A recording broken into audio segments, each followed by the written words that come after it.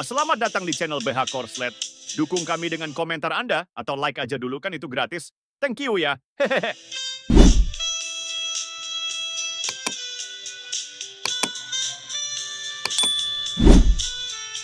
Bab 313.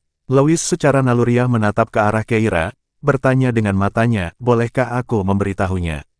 Setelah perbincangan tanpa basa-basi semalam, Keira memberitahu Lois tentang penyebab kematian Kira dan tanpa sengaja menyebutkan situasi ibunya.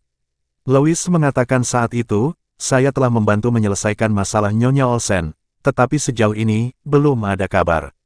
Mengesampingkan hubungan baik antara Lois dan Paman Olsen, fakta bahwa Nyonya Olsen adalah ibu Keira berarti Lois selalu menanggapi masalah itu dengan serius. Namun, dia tidak mengerti alasannya sebelumnya, tetapi sekarang dia mengerti. Setelah berbagi informasi, mereka menyadari bahwa, mengingat latar belakang keluarga Horton dan Olsen, fakta bahwa mereka tidak dapat menemukan keluarga selatan menunjukkan betapa misteriusnya keluarga selatan sebenarnya. Satu-satunya cara untuk menyelamatkan ibunya adalah dengan memancing ular-ular itu keluar dari lubangnya. Keluarga South akan menghubungi Kira, jadi Keira tidak bisa menggunakan kembali identitasnya untuk saat ini. Dia harus terus menyamar sebagai Kira untuk menarik mereka agar melakukan kontak. Lois, yang ingin menghindari kemunculannya yang menghubungkan Kira dengan Keira, memutuskan setelah berpikir sejenak untuk menyembunyikan identitasnya dan tetap berada di sisi Keira.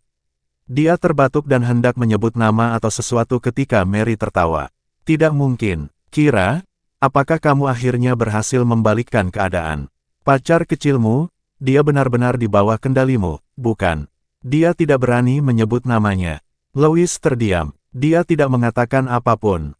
Mary tidak mempermasalahkan hal ini dan malah merasa senang untuk Keira. Pada saat itu, teleponnya berdering lagi. Dia meliriknya, dan alisnya berkerut. Sialan, Keira bertanya dengan santai, ada apa? Mary mendesah. Pamanku benar-benar hebat, mendengar bahwa Lois telah datang ke Clarence, dia menyuruhku mencari kesempatan untuk bertemu dengannya, untuk mencoba. Keira secara naluriah melirik Lois. Mary berkata dengan marah, percaya nggak sih? Dia pikir aku nggak bisa menikah. Dia mau aku merayu Lois. Kudengar dia baru saja kehilangan istrinya. Dia duda. Keira tidak dapat menahan diri untuk tidak menyemburkan air lagi. Lalu dia menatap Mary dengan ekspresi yang sulit dijelaskan, dan di belakangnya, Lois dengan ekspresi yang sama sulitnya dijelaskan. Keira terbatuk. Yah, Mary, Lois sebenarnya baik-baik saja. Mary mendengus. Latar belakangnya tidak buruk, dan menikahinya akan menjadikan seseorang istri kepala keluarga, setara dengan 5 keluarga teratas, tetapi bagaimana jika Lois ini tua dan jelek? Dia hampir berusia 30 tahun, namun, aku tidak tertarik padanya. Mengenai gadis-gadis yang belum menikah di Clarence, siapa tahu? Keira tercengang. Dia terbatuk dan menunjuk Lois. Apa pendapatmu tentang dia? Mary berkata, tentu saja, dia anak anjing kecil yang lucu. Kelihatannya dia baru berusia awal 20-an, ya kan? Lois, yang saat itu berusia awal 20-an, kini sudah tidak menunjukkan ekspresi apapun. Sambil berusaha keras untuk tetap tenang, Keira berkata, baiklah, bukankah kita seharusnya pergi ke rumah sakit? Aku akan mengganti pakaianku dan segera ke sana. Mendengar itu, Mary sedikit terkejut dan mengangguk. Keira lalu masuk ke dalam. Lois mengikutinya seperti ekor kecil. Saat ini, dia merasa sangat tidak aman, khawatir dalam sekejap mata, Keira mungkin menghilang lagi. Melihatnya seperti ini, Keira tidak bisa menahan diri untuk berkata, bisakah kamu berhenti mengikutiku? Lois berkata, kamu sedang dalam situasi berbahaya sekarang. Aku khawatir jika tidak mengikutimu. Faktanya, dia telah mengikutinya secara diam-diam selama sebulan. Keira berkata pasrah, tapi dengan kapasitas apa kau akan mengikutiku? Jika seseorang mengenalimu, mudah untuk menghubungkanku dengan Keira. Lois menunduk, maukah aku menjadi pengawalmu? Keira tercengang. Dia berbalik, melingkarkan lengannya di leher pria itu, mencondongkan tubuhnya, dan berbisik, baru saja, kata Mary, banyak wanita di Clarence yang mengincarmu. Apa kau yakin mau menjadi pengawal wanita yang sudah menikah 2 kali dan punya anak? Lois segera mengeratkan pelukannya di pinggang Keira dan berkata terus terang, seperti yang dikatakan temanmu, aku ini duda tua dan jelek, pasangan yang cocok untukmu. Keira tidak tahu harus berkata apa. Dia menjawab dengan pasrah, kalau begitu, terserah padamu, tapi tetap berhati-hatilah untuk tidak mengungkapkan identitasmu. Oke, Keira mengganti pakaiannya dan memberikan topi hitam kepada Louis. Ia mengenakan kaos putih dan celana katun putih, dilengkapi dengan topi hitam, memancarkan aura muda yang menyegarkan Keira. Ketika mereka pergi dan menuruni tangga, Mary menghampiri mereka. Ada apa? Tidak tahan berpisah. Keira terbatuk dan menjelaskan, dia ingin menjadi sopir kita. Baiklah kalau begitu. Mary melemparkan kunci mobilnya ke Louis dan duduk di belakang bersama Keira.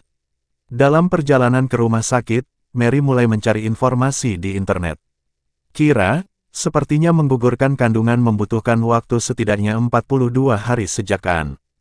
Keira berkata, menurut saya, untuk aborsi medis, seharusnya tidak ada batasan waktu. Benar-benar, Mary melanjutkan, menurutmu, apakah bayi itu merasakan sesuatu saat ini? Apakah akan terasa sakit jika aku melakukan aborsi? Keira menjelaskan, seharusnya tidak, karena saat ini itu hanyalah sel telur yang telah dibuahi. Mary tidak tahu harus berkata apa. Dia tidak bisa menahan diri untuk tidak menatap Keira. Kira, mengapa kamu tidak membujukku untuk tetap mempertahankan bayi itu? Keira tersenyum, menatap lurus ke arahnya. Apakah kamu ingin menyimpannya? Tentu saja tidak. Kalau begitu, tidak ada yang perlu dibujuk. Jangan takut, saya pernah mendengar dari orang-orang bahwa aborsi itu cepat. Berbaring saja dan tidur, dan saat Anda bangun, bayi itu akan keluar. Mary terdiam. Walaupun Keira tahu Mary enggan melakukannya, dia tetap mengucapkan kata-kata itu dengan sengaja karena dia mengerti bahwa semakin dia berbicara seperti itu, semakin sulit bagi Mary untuk melepaskannya. Benar saja, ketika mereka sampai di pintu masuk rumah sakit, Mary menatap tanda itu dan tidak sanggup melangkah masuk. Di luar departemen kebidanan dan ginekologi rumah sakit, Keira membantu Mary mendapatkan nomor dan kemudian menunggu bersamanya di bangku hingga nomor mereka dipanggil. Mary sangat gugup, telapak tangannya berkeringat. Di luar rumah sakit, ketika Alice keluar dari rumah sakit, dia kebetulan melihat Louis dan terkejut. Louis, itu benar-benar kamu. Apa yang kamu lakukan dengan pakaian seperti itu, dan di sini? Louis menatapnya dengan malas. Ekspresi lesu di wajahnya menghilang. Apa yang membawamu ke sini? Alice menjawab, seorang teman saya sakit, jadi saya datang berkunjung. Apa yang Anda lakukan di rumah sakit kebidanan dan ginekologi? Apakah? Tatapannya menyapu selangkangan Louis. Kamu punya semacam penyakit tersembunyi. Louis terdiam, melihat ekspresi puas Alice, mengingat saat dia datang untuk menyampaikan beberapa patah kata simpati di saat-saat kesedihannya yang mendalam, lalu memikirkan Mary yang sedang dalam perjalanan untuk melakukan aborsi. Dari potongan percakapan antara Mary dan Keira, dia telah menyimpulkan bahwa anak itu kemungkinan adalah anak Alice. Dan disinilah orang ini, dengan santai menikmati pertunjukannya. Louis tiba-tiba tersenyum menggoda. Aku tidak perlu membuktikan apapun kepadamu, tapi menurutku kamu harus lebih peduli pada dirimu sendiri. Alice langsung tersentak. Khawatir dengan diriku sendiri untuk apa? Aku baik-baik saja. Benar-benar, Louis tersenyum. Saya pikir saya melihat Nona Mary Davis menuju ke atas ke Departemen Kebidanan dan Ginekologi. Alice tiba-tiba terkejut. Apa? Bab 314. Departemen Obstetri dan Ginekologi. Tangan dan kaki Mary berkeringat dingin, dan tatapannya tertuju pada ruang diagnostik di depannya. Keira tidak menghiburnya, hanya memberinya cukup ruang. Nomor 13, Mary Davis. Apakah Mary Davis sudah datang?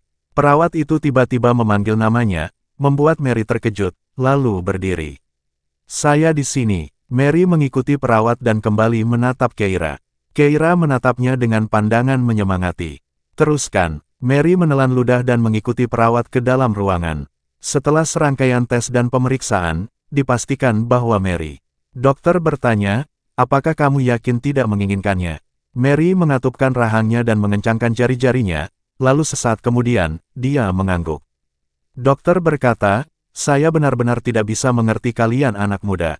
Sekarang ini, banyak orang bahkan tidak bisa punya anak, apakah kalian yakin tidak menginginkannya? Baiklah, saya akan menulis perintah untuk melakukan CT scan. Setelah kalian dipindai, anak itu akan terkena radiasi, dan kalian tidak bisa mempertahankannya. Mary mengangguk lagi. Dokter menuliskan dokumen, menjadwalkan operasi, dan kemudian mempersilakan Mary keluar. Keira segera berdiri di sampingnya. Apa selanjutnya? Keduanya mengikuti perawat ke ruang CT, menyerahkan dokumen, dan menunggu untuk dipanggil. Kebanyakan orang di sini datang untuk melakukan aborsi. Sebagian besar dari mereka adalah pasangan, ada yang bersama teman-temannya, dan bahkan ada seorang anak perempuan yang dibawa oleh orang tuanya. Ia menangis terseduh-seduh, dengan kedua orang tuanya mengenakan topeng, merasa malu. Melihat hal itu, Mary menggenggam tangan Keira lebih erat lagi. "Kira, apakah aku benar-benar tidak menginginkan anak ini?" Melihat Mary ketakutan seperti itu, Keira mendesah. "Mary, kamu sudah tahu jawabannya, bukan?" Maria tercengang. Keira menatapnya. "Sejak kita meninggalkan rumah ini, kamu sudah berkali-kali mengatakan bahwa kamu tidak ingin melakukan aborsi, hanya saja mungkin kamu tidak menyadarinya." Rahang Mary menegang. Keira menatapnya. "Mary, aku temanmu, dan keputusan ada di tanganmu. Apapun pilihanmu, aku akan mendukungmu." Jari-jari Mary semakin menegang, tepat saat seseorang keluar dari ruang CT dan memanggilnya. "Mary Davis, apakah Mary ada di sini?" Keira menatapnya. Mary berdiri di sana, ragu-ragu. "Apakah Mary Davis ada di sini?" Perawat itu berteriak lagi. Kalau tidak, giliran orang berikutnya. Hal itu membuat Mary tiba-tiba berkata, "Aku di sini." Dia berdiri dan melangkah menuju ruang CT. Dia merasa telah memikirkan semuanya dengan matang. Alice tidak menyukainya, dan anak itu tidak akan memiliki ayah jika ia lahir. Itu bahkan akan mengikatnya, belum lagi pamannya juga ingin memanfaatkannya untuk perjodohan. Dia melangkah ke ruang CT.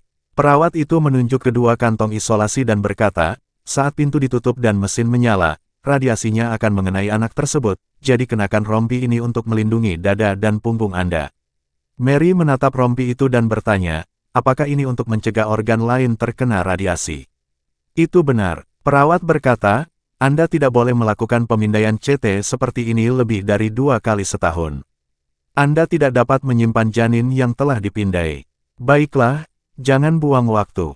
Lakukan pemindaian dan berbaringlah." Namun tangan Mary bertumpu di perut bagian bawahnya saat dia mengulurkan tangan untuk mengambil rompi isolasi. Keira menunggu di luar. Dia benar-benar tidak tahu apa yang akan dipilih Mary, tetapi apapun pilihannya, dia menyatakan pengertiannya. Dengan situasi keluarga Mary yang rumit, jika dia sebelum menikah, tidak apa-apa jika Alice bertanggung jawab, tetapi jika tidak, dia akan menjadi bahan tertawaan Clarence. Pada saat itu, dia mungkin harus meninggalkan Clarence untuk memberi dirinya dan anaknya kehidupan yang lebih baik. Tidak memiliki anak akan menjadi yang terbaik baginya secara pribadi. Tentu saja, Keira berkemauan keras dan tidak peduli dengan apa yang dikatakan orang lain, jadi jika situasi ini menimpanya, dia hanya akan mengandalkan perasaannya sendiri untuk memutuskan apakah akan mempertahankannya atau tidak. Tetapi tidak semua orang seperti dia. Keira tidak memikirkannya lebih jauh, sebaliknya, ia teringat pada buku harian Kira di rumah. Tadi malam, Lois membuat keributan, dan ia belum melihat isi buku harian itu, ia tidak tahu apa isinya.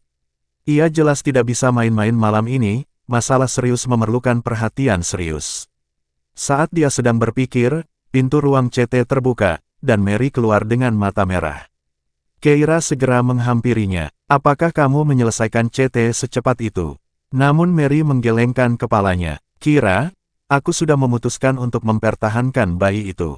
Keira terkejut. Meskipun dia sudah mengantisipasinya, ketika Mary benar-benar membuat keputusan itu, dia tidak bisa menahan diri untuk tidak mendesah dalam hati. Dia mengangguk. "Baiklah, kalau begitu aku akan menjadi ibu baptis anak itu." Mary mengangguk, lalu berkata dengan agak cemas, "Menjaga bayi akan sedikit merepotkan.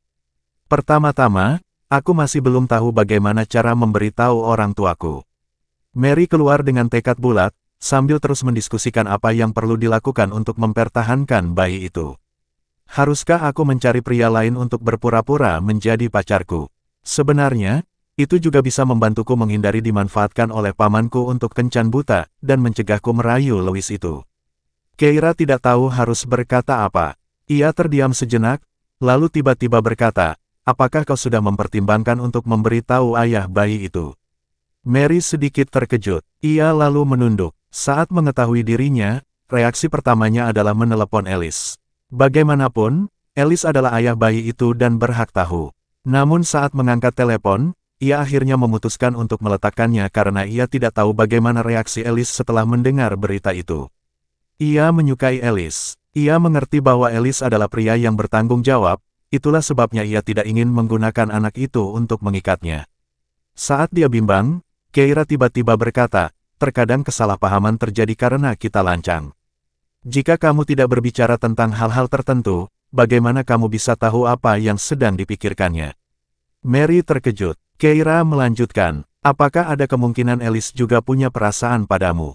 Jari-jari Mary sedikit menegang. Saat mereka berbicara, sebuah suara yang familiar tiba-tiba terdengar. Mary, apa yang kau lakukan di sini? Keduanya menoleh dan melihat Alice melangkah ke arah mereka bersama asistennya. Ada urgensi di wajahnya yang tidak disadarinya sendiri, tatapannya menyapu ke belakang Alice. Apakah kamu tidak enak badan? Atau ada hal lain? Apakah kamu perlu aku mencarikan dokter spesialis untukmu? Mary terdiam sejenak. Tiba-tiba dia menatap Keira. Keira mengangguk untuk menyemangatinya. Melihat ini, Mary merasa seolah-olah dia telah menemukan tulang punggungnya. Ya, bagaimana mungkin dia bisa mengetahui kebenaran tanpa bertanya? Dia tiba-tiba menoleh ke Alice dan berkata, aku tidak sakit, aku. Bab 315.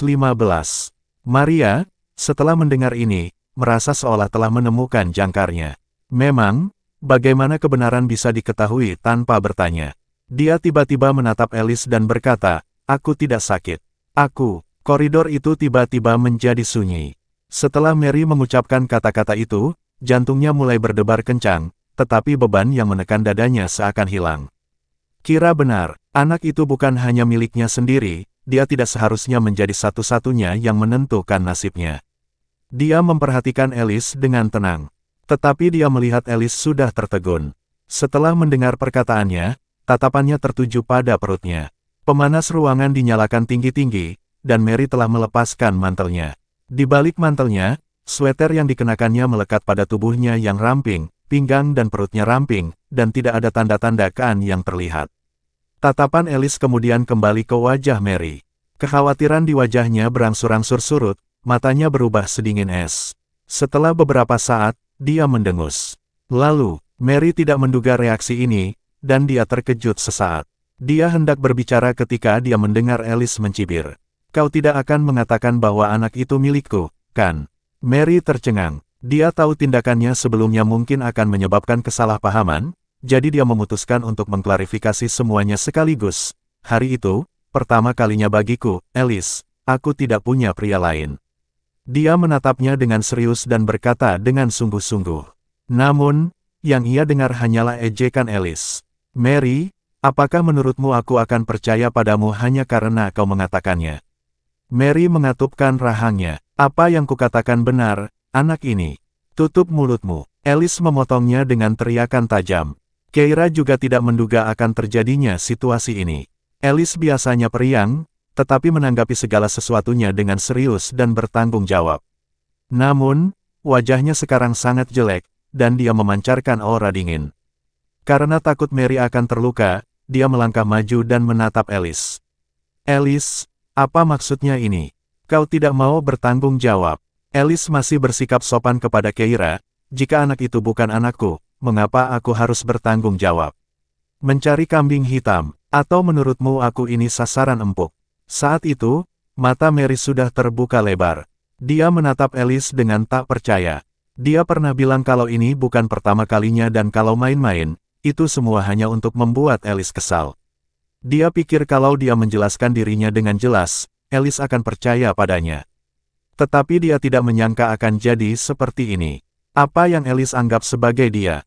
Seorang pendamping yang sombong. Dia mengepalkan tangannya erat-erat, seluruh tubuhnya gemetar karena marah, dan bahkan sekilas keputusasaan melintas di matanya. Dia seharusnya tidak memiliki ilusi tentang Alice. Namun, Keira mengerutkan alisnya, merasakan ada sesuatu yang tidak beres. Alice baru saja bergegas mencari Mary, yang jelas bukan pertemuan kebetulan, menunjukkan perhatiannya pada Mary. Lalu mengapa ini terjadi? Lalu mengapa situasi ini terjadi? Dia tiba-tiba menyadari sesuatu dan menoleh ke Alice untuk bertanya, apa yang kamu lakukan di rumah sakit bersalin? Kulit Alice menjadi pucat, dan dia agak sulit berbicara. Namun Keira melangkah maju dan mendesak, "Mengapa kau bersumpah bahwa anak itu bukan anakmu?" Alice tertawa dingin dan berkata, "Karena aku tidak akan pernah bisa punya anak seumur hidupku." Mendengar pernyataan itu, Keira dan Mary tercengang, tatapan mereka tanpa sengaja beralih ke selangkangan Alice. Alice tiba-tiba merasa tidak nyaman di suatu area tertentu. Ia menggeser tubuhnya dan berkata dengan marah dan malu, "Apa yang kau pikirkan? Mary tahu apakah aku mampu atau tidak, bukan?" Mary tidak bisa berkata apa-apa. Sebenarnya dia cukup cakap, hari itu dia hampir membongkar kerangkanya. Melihat reaksi mereka, Keira bertanya, "Lalu mengapa kamu berkata kamu tidak akan pernah punya anak sendiri dalam hidup ini?" Wajah Alice memerah. Namun setelah melirik Mary, dia menarik napas dalam-dalam dan berkata sambil mencibir, "Seperti yang kalian berdua tahu, aku suka menunggang kuda, kan?" Keira mengangguk. Alice terbatuk, "Aku menghabiskan terlalu banyak waktu menunggang kuda, yang memengaruhi kemampuan reproduksiku." Dokter bilang, daya tahanku sangat rendah." Keira terdiam. Dia mengerti. Fungsi Alice di sana baik-baik saja, tetapi ia menderita oligospermia. Tak heran jika ia, seorang lelaki, kerap mendatangi rumah sakit ginekologi dan kebidanan untuk berobat.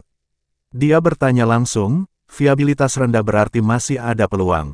Apakah dokter mengatakan Anda sama sekali tidak mungkin punya anak?" Alice mencibir, "Tentu saja tidak. Kalau tidak ada harapan lagi, kenapa dia masih mau datang ke dokter? Dia pasti sudah menyerah sejak lama." Kini di usianya yang ke-28, Alice masih belum menikah, dan keluarganya tidak terburu-buru untuk mencarikannya seorang istri. Masalah ini adalah alasannya. Namun, secara pribadi, ia bersikap santai. Bagi keluarga seperti keluarganya, punya anak atau tidak bukanlah hal yang penting. Pamannya juga tidak punya anak, bukan? Dan ia menjalani kehidupan yang baik. Oh, tidak, itu salah. Pamannya memang punya anak, 2. Alice tiba-tiba menyadari bahwa kenyataan ini sama sekali tidak menghiburnya, dan dia merasakan ada yang mengganjal di hatinya. Dia menoleh ke Mary dengan nada mengejek. "Jadi, kalau kamu mau dengan sengaja memprovokasi seseorang, jangan pilih aku.